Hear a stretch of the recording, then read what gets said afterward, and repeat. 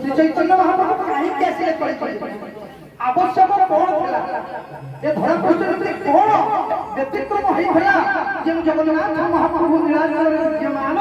দারুণ মহল করে বলଛନ୍ତି সে কোন ପାଇଁ এই অদম্য বেশ ধারণ করে এ ধরাবর্তন করিଥିଲେ সুদূর পশ্চিমবঙ্গ রাজ্যর নদিয়া জেলা অন্তর্গত মায়া কেড়ে সুন্দর ভাবে ঘোর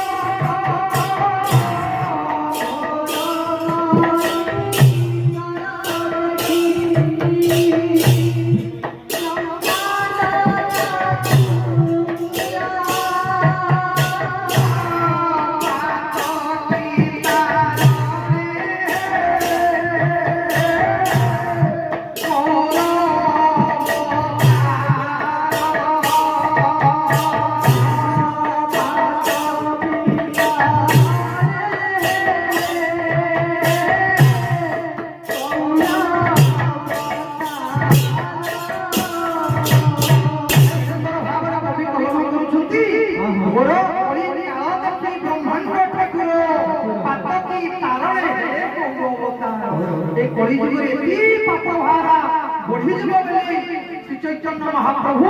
স্বয়ং গোলকাধিপতি হেলে মধ্য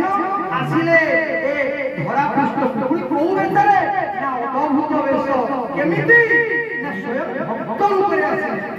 স্বয়ং ভগবান শ্রী চৈতন্য মহাপ্রভু হচ্ছেন স্বয়ং ভগবান পহিলা আমাদের শাস্ত্রের প্রমাণ রয়েছে তো সে কোন ପାଇଁ ভক্ত রূপ আসে না ভক্ত রূপে এইপাই ধরা পৃষ্ঠକୁ আসলে মু নিজে ভক্ত রূপে গলে ভক্তি কেমিতি করা যায় ভক্ত কাহাকু কুহন্তি ভগবানଙ୍କୁ কেমিতি পূজা করিবা কলি যুগরে হচ্ছে মনুষ্য অন্নগত প্রাণ রক্ত মাংস হাড় শরীর ইয়ারে আমার সাধনা যোগ তপস্যা কিছু করি পারিবা নাই তেণু কলি যুগরে নামর অবতার নাই ভক্ত রূপ নাই ঠাকুরে আসলে ধরা তেণু মহাপুরুষ লিখিলে কেড়ে সুন্দর ভাবে অচ্যুতানন্দ দাস গোস্বামী কেড়ে সুন্দর ভাবে কলম ধরে কেমিতি আরে কলি যুগে প্রভু বৈষ্ণব বেশ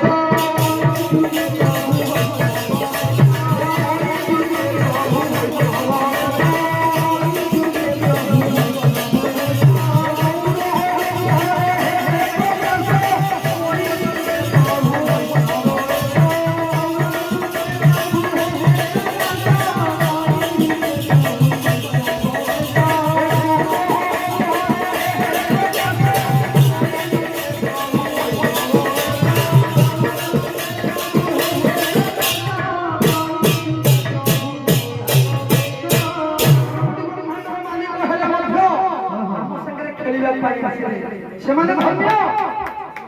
ଯେଉଁମାନେ ତାଙ୍କର ପାର୍ଶ୍ୱଦ ଥିଲେ ନିତ୍ୟାନନ୍ଦ ଅଦ୍ୱୈତ ଗଦାଧର ଷୋଳ ଗୋସ୍ୱାମୀ 64 ମହନ୍ତ କୋଟି କୋଟି ପୁଣ୍ୟ କରିଥିଲେ ବୋଲି ପ୍ରଭୁଙ୍କ ସଙ୍ଗରେ ପାର୍ଶ୍ୱଦ ହୋଇକି ଆସିଥିଲେ ତେଣୁ ତାର ଝଲକ ଆମ ପାଖରେ ପଡ଼ିଲା ବୋଲି କି ଆଜି ସଂକୀର୍ତ୍ତନର ମହୋତ୍ସବ ହୋଇଛି କାରଣ ସଂକୀର୍ତ୍ତନ ବିନା ଆମ ମାନଙ୍କର ଅନୁଭୂତି ନାହିଁ କାହିଁକି ନା ପରମହଂସ ଭାଗବତରେ କେତେ ସୁନ୍ଦର ଭାବରେ ବର୍ଣ୍ଣନା କରିଛନ୍ତି ଆମର ବ୍ୟାସଦେବ କେମିତି କହିଛନ୍ତି କାହିଁକି କଳିଯୁଗରେ ନାମକୁ ପ୍ରାଧାନ୍ୟ ଦିଆଯାଏ ସେ ହଉଛନ୍ତି ନାମର ଅବତାର କାହିଁକି କଳିଯୁଗରେ ନାମର ପ୍ରାଧାନ୍ୟ ଦିଆଗଲା ନା କୃତ୍ୟ ଯୋଗ ଧାଇ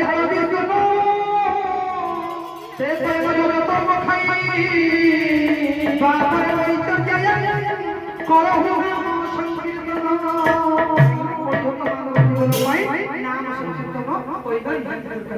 সংস্কৃত ভাগবত কইলে ওড়িয়া ভাষাতে জগন্নাথ দাস ব্যাখ্যা করে সুন্দর ভাবে সত্য যুগরে